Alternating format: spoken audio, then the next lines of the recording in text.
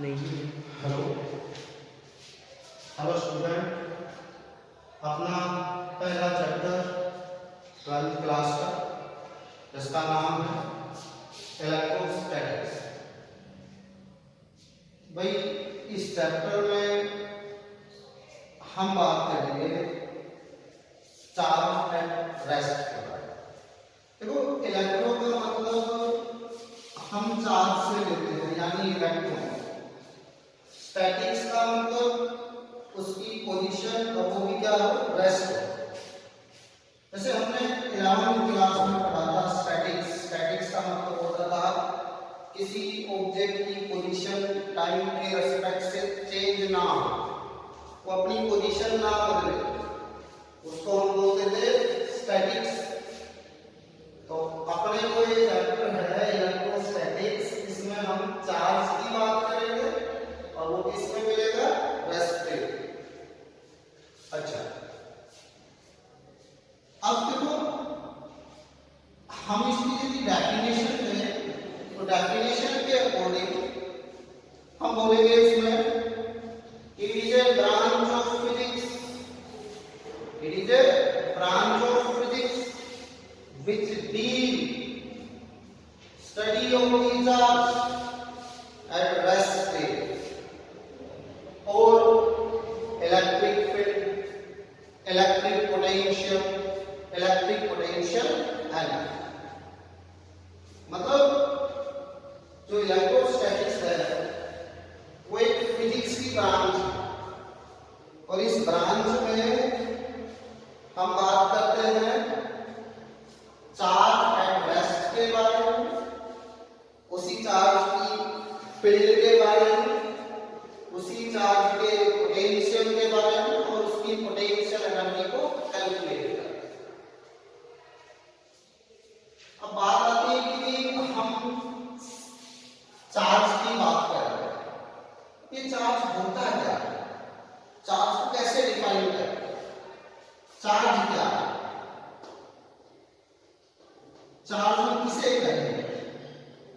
देखो charge is something which possess in material, यानी मैं बोल रहा हूं इसमें कि charge is something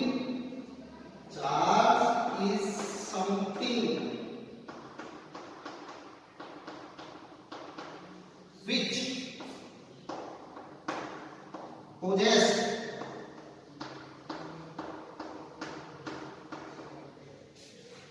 in material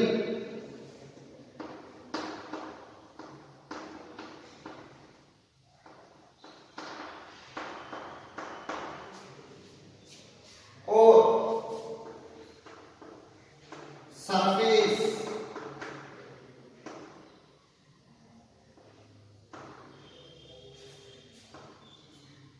of metal।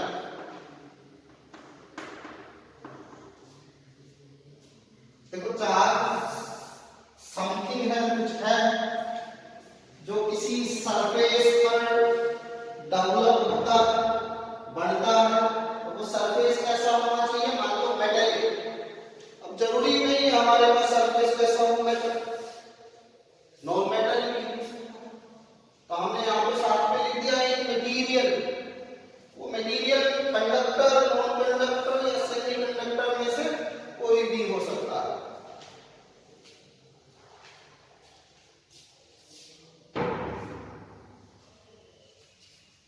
अच्छा, चार्ज पोजेस किया गया इन मटेरियल या फिर सरफेस ऑफ द मेटल।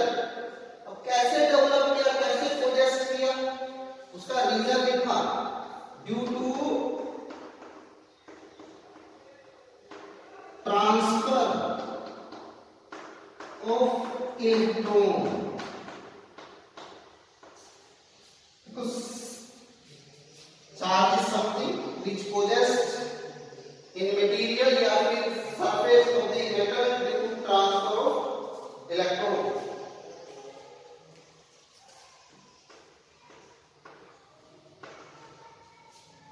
इस जनरली हम बात कर रहे थे कि अपने पास मान लो एक सोडियम का एटम है, हमारे पास एक सोडियम का एटम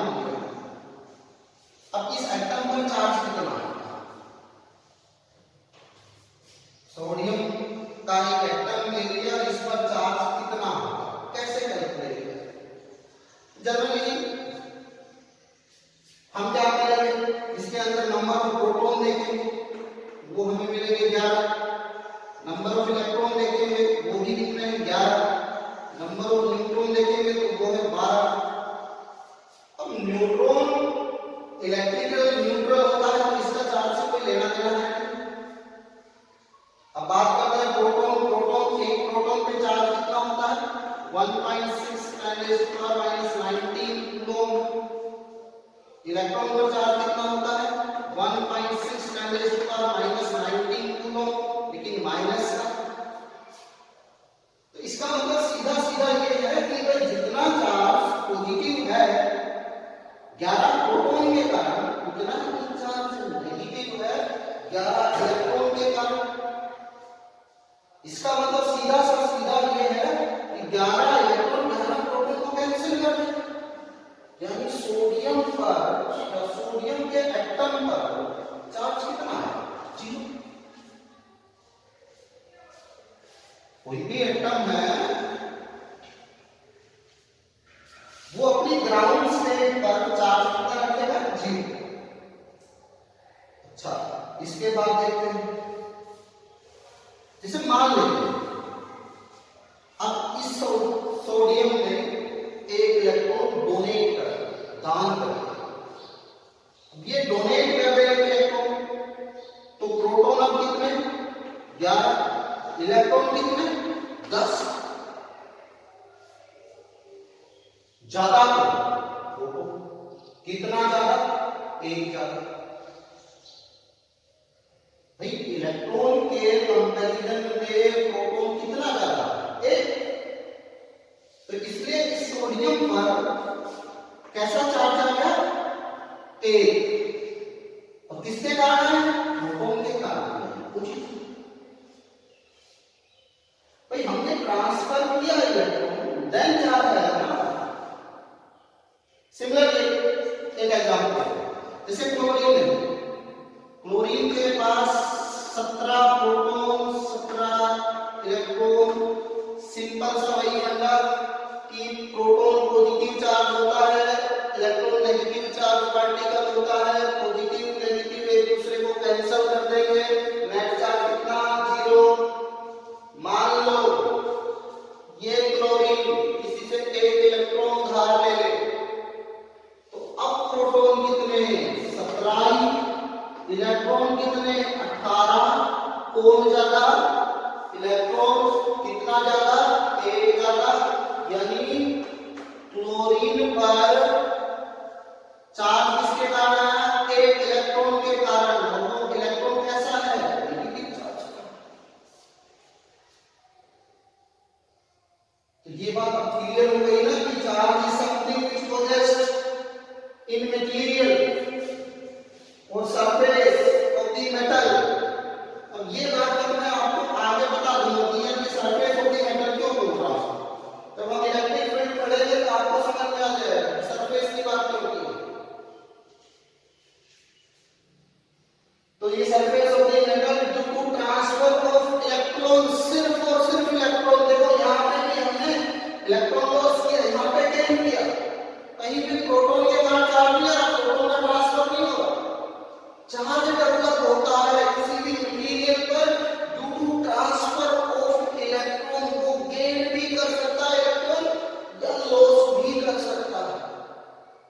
इसलिए हम यहां पे मेन मोटे वर्डों में बोल रहे हैं कि due to transfer of electron charge develop होता है किसी भी सरफेस पर या किसी मटेरियल के अंदर। क्लियर है ये बात? चलो चार्ज आ गया। अब बात करते हैं चार्ज की एसआई यूनिट क्या है। तो SI unit of the charge यदि हम बोलेंगे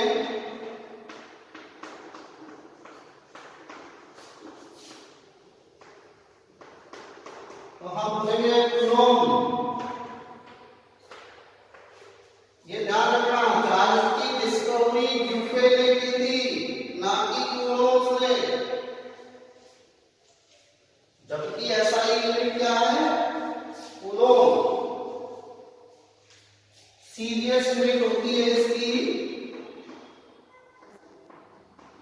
स्टैक कूलॉम।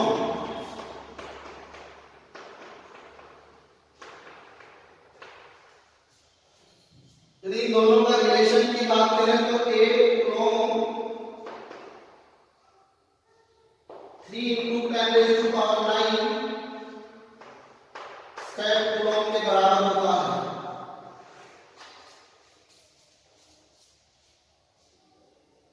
इसके अलावा चार्ज की एक यूनिट और होती है EMU, इलेक्ट्रोमैग्नेटिक यूनिट। चार्ज की इसके अलावा एक यूनिट और भी होती है जिसका नाम होता है EMU। क्लियर भाई?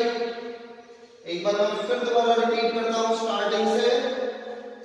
इलेक्ट्रोस्टैटिक्स जो है वो फिजिक्स की एक ब्रांच है जो हमें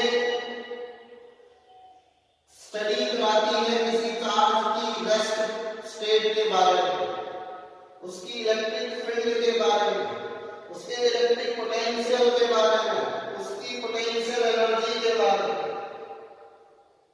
ये सब टॉपिक आप इस चैप्टर में पढ़ने वाले हैं। इसके बाद हम बात करते हैं कि चार्ज क्या होता है। तो चार्ज इज समथिंग इसमें लगा है तो इसकी कोई एग्जैक्ट डेफिनेशन नहीं है, व्हिच पोजेस इन मटेरियल और surface of the metal due to transfer of electron. तो हमने ये बात की ना कि due to transfer of electron, तो हमने यहाँ पे एग्जाम्पल लिया। देखो जो सोडियम पे हमने बात की कि इस पर नेट चार्ज 0 है, ये हम पहले पढ़ चुके हैं 11th क्लास में जब हमने एटम के मॉडल की बात की। उसमें हमने पढ़ा था कि नेट चार्ज किसी एटम पर एट ए ग्राउंड स्टेट को 0 होगा। क्लियर है? फिर हमने बात की ऐसा unit of the charge coulomb है, सीजीएस यूनिट स्टेट कूलम है। ये दोनों का रिलेशन 1 कूलम बराबर 3 into 10 raised to power plus electrostatic unit के बराबर होगा, यानी स्टेट कूलम के बराबर होगा। इसके अलावा EMU भी इसकी यूनिट है, इलेक्ट्रोमैग्नेटिक यूनिट के नाम से हम इसको जानते हैं।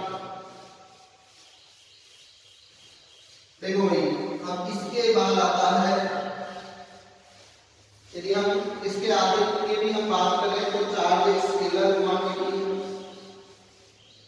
चार्ज कैसी क्वांटिटी है? स्केलर।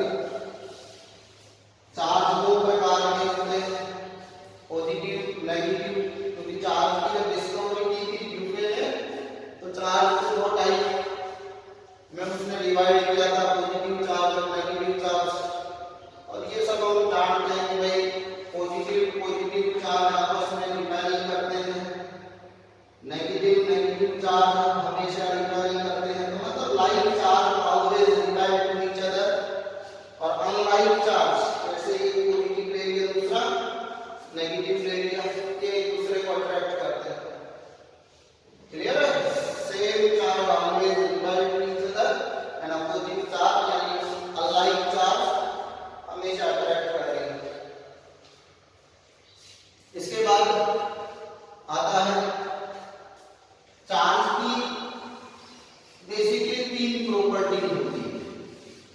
चार्ज के पास 3 प्रॉपर्टी है।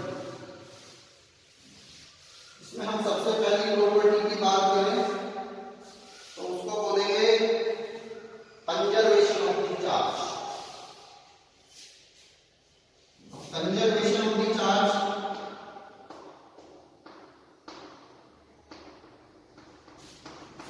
का मतलब क्या होता है? देखो, कंजर्वेशन ऑफ चार्ज को यदि हम सिंपल वे में बोले तो हम बोलेंगे कि total charge on isolated system always conserve. भाई दो एक जैसे दिखने वाले ऑब्जेक्ट पर यदि हम टोटल चार्ज लें वो हमेशा क्या रहेगा? कंजर्व।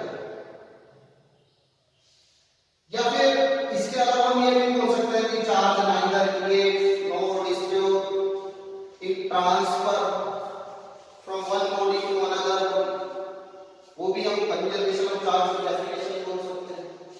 लेकिन जो हमने पहले बोला था इसका हम न्यूमेरिकल में आसानी से यूज करेंगे। न्यूमेरिकल का आपको पोर्शन समझेंगे, इसमें हम पहले डेफिनेशन को ज्यादा प्रेफरेंस देंगे। हम इसको बोलेंगे कि टोटल चार्ज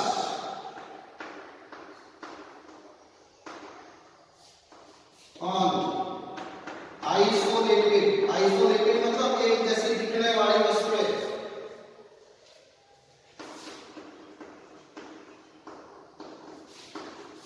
always conserve।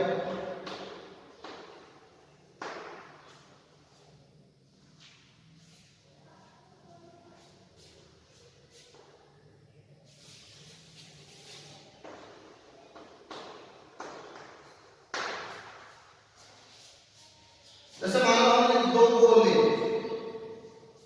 जो एक ही मटेरियल की बनी हुई है, एक ही साइज, एक ही शेप, मतलब वॉल्यूम कांस्टेंट है, सेम मटेरियल की बनी हुई है, सेम आकार, मतलब डायमेंशन और मटेरियल सेम है। अच्छा, हम मान लेते हैं कि इस पर चार्ज मान लेते हैं 2 माइक्रोकूलम, इस पर हम बोल देते हैं 5 माइक्रोकूलम। दोनों को हम एक वायर से ज्वाइन करते हैं, दोनों बॉडी को हम एक वायर से ज्वाइन करते हैं, तो क्या होगा? तो भाई देखो, दोनों बॉडी को जब हम किसी वायर से, कनेक्टिंग वायर से ज्वाइन करते हैं, किसी कंडक्टर से ज्वाइन करते हैं, तो दोनों चार्ज को आधा आधा बांटते हैं। मतलब देखो यहाँ पे टोटल चार्ज कितना है इसमें 2a माइनस 5a, यानी माइनस का 3 माइक्रोकूलम, और माइनस का 3 माइक्रोकूलम का आधा कितना हो गया, माइनस का 1.5 माइक्रोकूलम, और इस पर भी माइनस का 1.5 माइक्रोकूलम। अब यही बात यहाँ पे समझने, इस बात को समझने के लिए हम यहाँ पे ये एग्जाम्पल लिया। देखो शुरुआत में हमने पास इस पर चार्ज कितना -3 माइक्रोकूलम था, और बाद में भी कितना -3 माइक्रोकूलम। क्लियर ना? पहले भी -3 माइक्रोकूलम था, अब भी -3 माइक्रोकूलम है। तो हमने तो ये बात पहले पढ़ चुके हैं कि जब इनिशियल और फाइनल वैल्यू बराबर हो तो ये किसका नियम है, कंजर्वेशन लॉ। जैसे आपने यहाँ कंजर्वेशन ऑफ लीनियर मोमेंटम पढ़ा था कि शुरुआत का लीनियर मोमेंटम जितना था बाद का भी उतना ही। क्लियर ना? तो आइसोलेटेड बॉडी में, एक जैसी दिखने वाली बॉडी में चार्ज हमेशा कंजर्व रहता है। इसका मतलब सीधा सा ये हुआ कि पहले जितना चार्ज होगा बाद में भी चार्ज उतना ही होगा। क्लियर? चलो एक एग्जांपल करते हैं, क्वेश्चन रेफरेंस से रिलेटेड, उससे आपको क्लियर हो जाएगा कंजर्वेशन ऑफ लॉज के अंदर कि हम आपकी बात 3 बॉडी लेते हैं ए बी सी, ठीक है? 3 बॉडी की हमने ए बी सी, ये बॉडी का नाम ए रख दिया, इस बॉडी का नाम बी रख दिया, इस बॉडी का नाम सी रख दिया। तीनों आइडेंटिकल, एक जैसे दिखने में, एक जैसी आकार के बराबर मान लेना, ठीक है?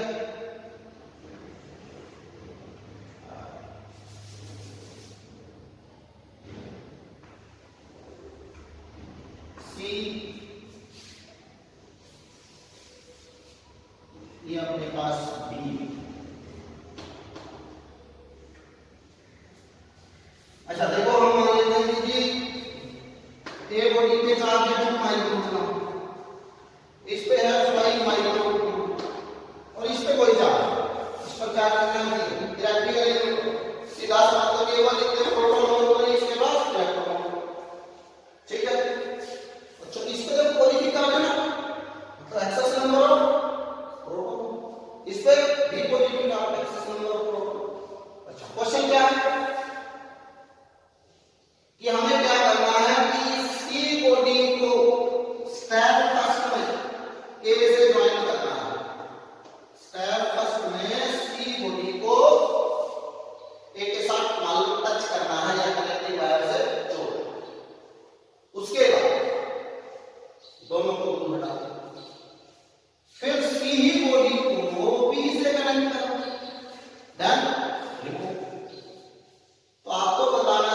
ए बी सी तीनों पर चार्ज की वैल्यू क्या है? तीनों पर चार्ज की वैल्यू क्या है? देखो हमने स्टेप 1 में क्या किया, ए को सी से ज्वाइन किया। सी पे कितना चार्ज 0, ए पे कितना 2 माइक्रो कूलम। तो ठीक है जी, ए और सी को ज्वाइन किया, इस पे 2 इस पे 0, तो दोनों का जोड़ कितना हुआ 2, आधा आधा कर दो यानी हाफ कर दो। ये भी 1 माइक्रो कूलम, ये भी 1 माइक्रो कूलम, यानी ये ए बॉडी ये सी बॉडी, ये सी बॉडी। देन रिमूव, ए पे तो 1 माइक्रो कूलम और सी पे कितना 1 माइक्रो कूलम, बी पे कितना 5 माइक्रो कूलम। अब की बात क्या करना है, सी और बी को ज्वाइन करना है। तो सी और बी को जैसे ही ज्वाइन करोगे तो टोटल इनका चार्ज कितना 6 और 6 का आधा आधा करेगा, बी पे भी 3 माइक्रो कूलम चार्ज और सी पे भी 3 माइक्रो कूलम चार्ज। क्लियर है, चार्ज आधा आधा। तो हमसे पूछा गया था ए बी सी तीनों पर चार्ज की वैल्यू बतलानी है। तो ए पर कितना है 1 माइक्रो कूलम, बी पर कितना है 3 माइक्रो कूलम, सी पर कितना है 3 माइक्रो। यानी फाइनली आपका आंसर आया कि ये A body 1 micro coulomb charge carry करेगा, B body 3 micro coulomb charge carry करेगा और सी बॉडी भी 3 माइक्रो कूलम चार्ज कैरी करेगा। पहले चार्ज कितना 2 5 7, अब कितना 1 3 3 7, यानी जितना पहले चार्ज था उतना ही बाद में चार्ज। तो ये बात आई इसकी, कंजर्वेशन लॉ भी प्रूव कर लिया, सभी पर अलग अलग चार्ज भी निकालना है। अब आगे इनके बीच में फोर्स भी निकालना सीखेंगे जिसको हम कूलॉम फोर्स के नाम से जानते हैं। तो चार्ज की पहली प्रॉपर्टी थी कंजर्वेशन ऑफ चार्ज, इसके बाद दूसरी प्रॉपर्टी है quantization of the charge.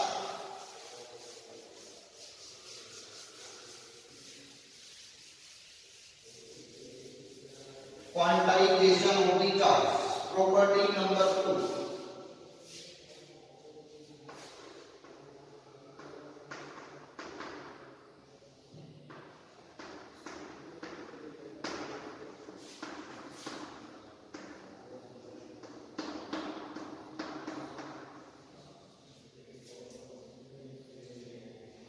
Quantization of the charge, quantization of the charge को यदि हम समझे तो सीधा सा मतलब हमने चार्ज की जो डेफिनेशन पढ़ी थी तो वहां पे हमने पढ़ा था कि charge is something which possessed over the surface due to transfer of electron। मतलब चार्ज किसी बॉडी पर पैदा करने का कारण था इलेक्ट्रॉन का ट्रांसफर। तो क्वांटाइजेशन ऑफ द चार्ज हमें यही बात बताती है कि किसी बॉडी पर जो चार्ज आया उस चार्ज की value integral multiple of number of electron के बराबर है। जो चार्ज है डेवलप हुआ है किसी बॉडी का वो किसके बराबर होगा, integral multiple of base unit of charge of electron.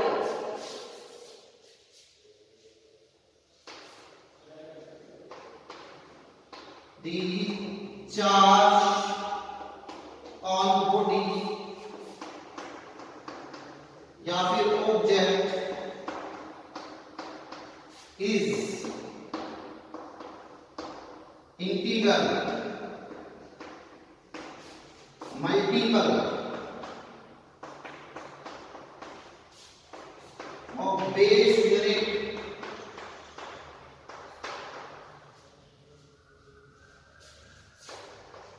of electron, the charge of electron.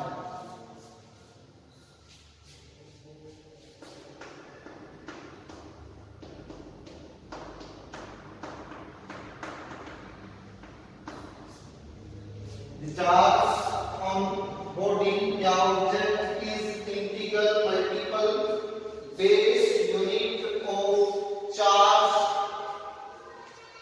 on electron।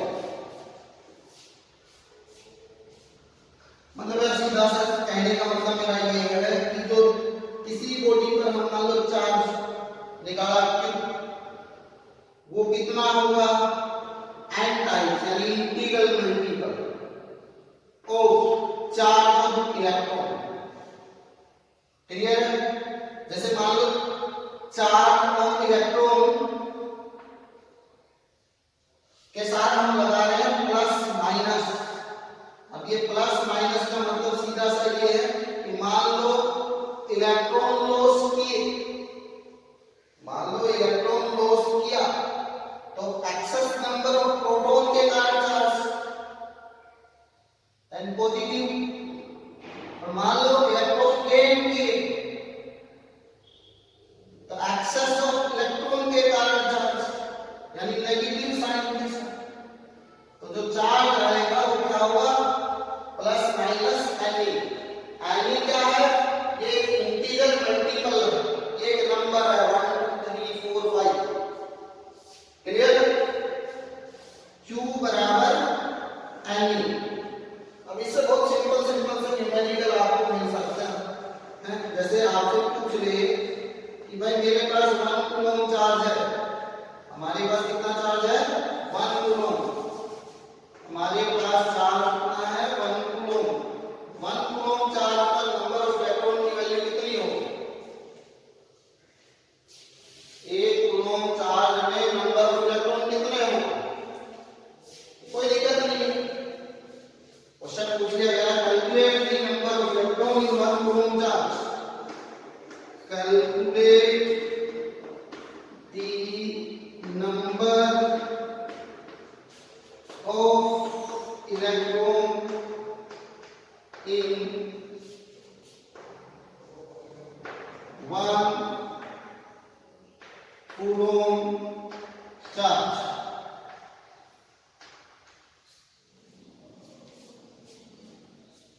तो कैसे करेंगे भाई? फॉर्मूला अपने पास है Q बराबर प्लस माइनस एनी। अच्छा 1 कैसा है? पॉजिटिव है, यहाँ पे हमने लिखा 1 पॉजिटिव है तो यहाँ भी पॉजिटिव यानी नंबर ऑफ प्रोटॉन ज्यादा तो प्लस का चार्ज है। एंड ई का मतलब क्या है? चार्ज ऑन इलेक्ट्रॉन, और चार्ज कितना होता है इलेक्ट्रॉन पर 1.6 × 10⁻⁻19 कूलम। अब किसका है? माइनस का। ठीक है, मैग्नीट्यूड में ले लेते हैं हम इस वैल्यू को, तो n की वैल्यू कितनी आ जाएगी यहाँ से? एंड इधर इस वैल्यू को हम 1 के नीचे लेके आएंगे। अब n की वैल्यू यदि हम इसको सोल्व करें तो इसकी वैल्यू आती है, डायरेक्ट लिख देता हूँ 6.25 10⁻18। अब n एक नंबर है तो पीछे कोई यूनिट लगाने की जरूरत नहीं है, नंबर की कोई यूनिट नहीं होती। क्लियर है? तो total number of electron 1 coulomb charge में कितने होते हैं? कि भाई मान लो आपको 1 कूलम चार्ज डेवलप करना है, किसी बॉडी पर 1 कूलम चार्ज आपको डेवलप करना है, तो 1 कूलम चार्ज को डेवलप करने के लिए कितने इलेक्ट्रॉन ट्रांसफर करने पड़ेंगे? बॉडी इतने नंबर ऑफ इलेक्ट्रॉन को ट्रांसफर करेगी तो 1 कूलम चार्ज बन जाएगा।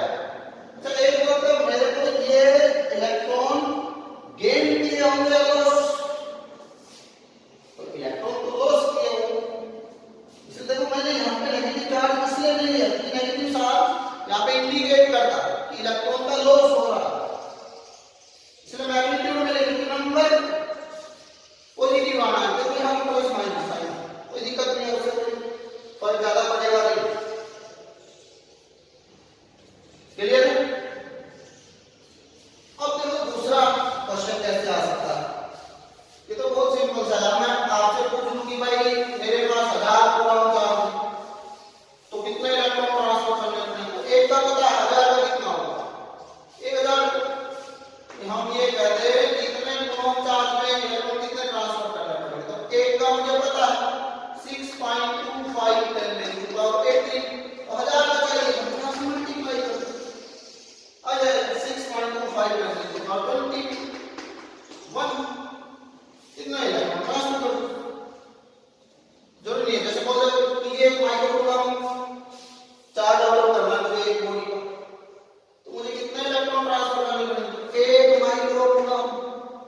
तो 1 कूलम का पता है कितना होता है 6.25 10 to power 18 तो 1 माइक्रोकूलम की वैल्यू कितनी होती है 10 to power -6 वैल्यू कितनी आ जाएगी 6.25 10 to power बोलो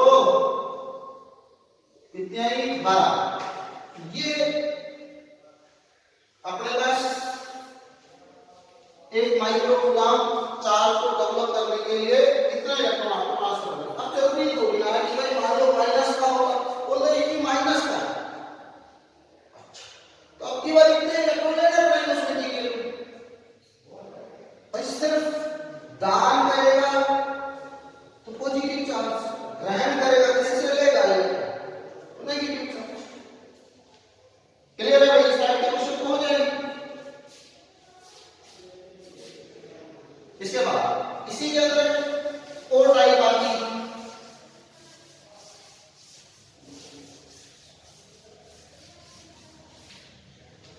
इसी के अंदर एक और टाइप आती है क्या है कि वो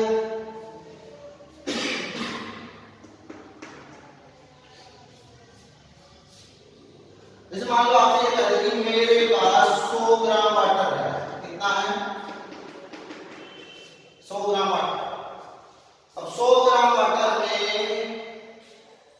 मैक्सिमम चार्ज कितना होगा मैक्सिमम चार्ज ठीक 100 ग्राम वाटर ले लिया उसमें मैक्सिमम चार्ज कितना हम बना सकते क्लियर मैक्सिमम पॉजिटिव चार्ज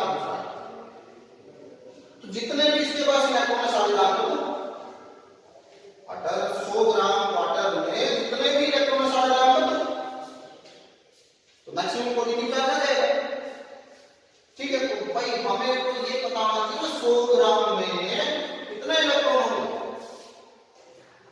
तो कैसे निकालो देखो वाटर का जो केमिकल फॉर्मूला होता है H2O मोलर मास कितना होगा इसका भाई जैसे सीधा सा तरीका होता है 1 ऑक्सीजन 8 16 कितना हाइड्रोजन के मॉलिक्यूल्स तो ऑक्सीजन का 1 2 + 16 यानी 18 तो भाई जितना भी मास ग्राम उसको मोलर मास से कर दिया इनटू में आवर इलेक्ट्रॉन नंबर कर दिया है तो ये आ गए वाटर के मॉलिक्यूल्स की संख्या 100 ग्राम वाटर। तो मुझे सबसे पहले काम क्या करना था कि वाटर के मॉलिक्यूल्स ही कैलकुलेट कर लूं मैं और हर मॉलिक्यूल्स में 10 इलेक्ट्रॉन होते हैं वाटर के हर मॉलिक्यूल्स में इलेक्ट्रॉन कितने होते हैं 10। तो मेरा पहला काम हो गया कि मुझे वाटर के मॉलिक्यूल्स ही कैलकुलेट कर लेते ताकि आपका काम आसान हो। तो हमने वाटर के मॉलिक्यूल्स कैलकुलेट किए तो उसको कैलकुलेट करने का तरीका mass into molar mass into Avogadro number तो ये वाटर के नंबर ऑफ मॉलिक्यूल्स आ गए। अच्छा वाटर के एक मॉलिक्यूल्स के पास इलेक्ट्रॉन कितने तो हाइड्रोजन के पास तो एक इलेक्ट्रॉन लेकिन हाइड्रोजन कितने हैं 2 ऑक्सीजन के पास कितने 8 तो 10 तो वाटर ये तो हो गए number of molecules of water और एक मॉलिक्यूल्स के पास कितने इलेक्ट्रॉन 10 नंबर ऑफ इलेक्ट्रॉन मिल जाएंगे 100 ग्राम एन की वैल्यू अब हम जानते हैं कि Q बराबर एन होता है plus minus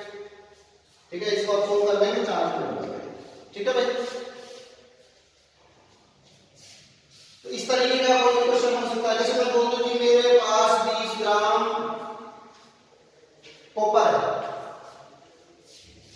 number of electron calculate करो। तो भाई कॉपर का मास कितना दिया, 20 ग्राम कॉपर बोला ना, तो मास और कॉपर का टोटल मास होता 63.5 इनटू में एवोगैड्रो नंबर।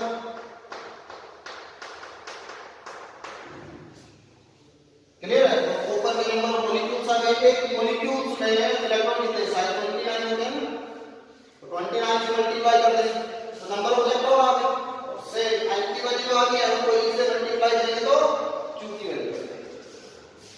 तो ये थी आपके पास सेकंड प्रॉपर्टी से रिलेटेड न्यूमेरिकल्स। इसके बाद एक लास्ट प्रॉपर्टी है चार्ज की, एडिटिविटी। तो हमने शुरुआत में बात कर ली थी चार्ज एक स्केलर क्वांटिटी है, और स्केलर क्वांटिटी को हम जो ऐड करते हैं उसको जनरल मैथमेटिक्स या जनरल या सिंपल अलजेब्रिक मैथमेटिक्स से हम ऐड कर सकते हैं।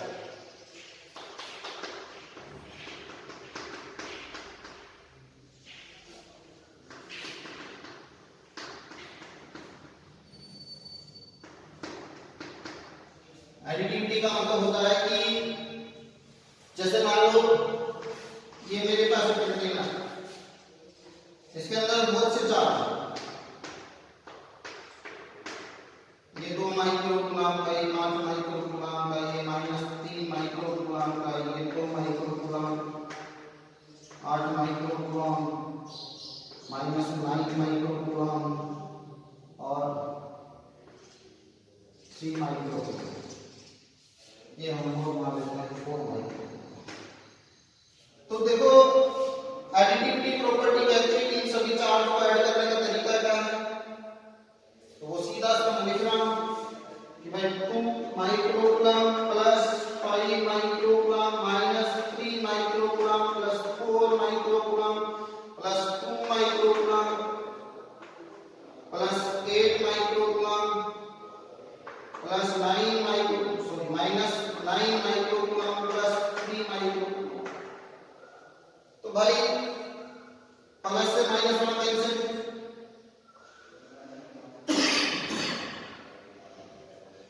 ये कितना हो गया, ये माइनस का 9 और ये प्लस का 1, तो मैं इसको मिटा के 1 माइक्रोकूलम लिख सकता हूं। अब सारे पॉजिटिव को बचे 2 5 7 11 12 13 14, तो 14 माइक्रोकूलम इस प्रकार।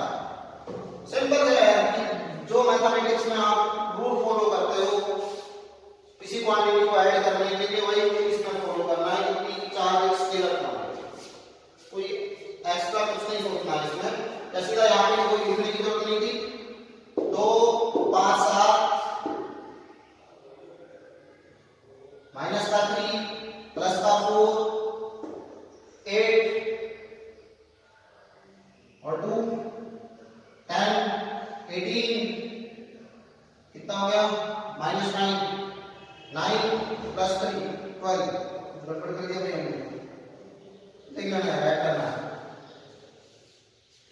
ठीक है, तो हमें कभी क्वांटिटी को ऐड करने का सीधा सा तरीका है कि आपको सिंपल मैथमेटिक्स अलजेब्रा का यूज करना है किसी क्वांटिटी को ऐड करने के लिए। सिंपल मेथड यानी प्लस को एक तरफ माइनस नहीं करना। ठीक है, तो भाई आज हम इस क्लास में इतनी ही बात करेंगे। इससे आगे हम चार्ज को डेवलप करने के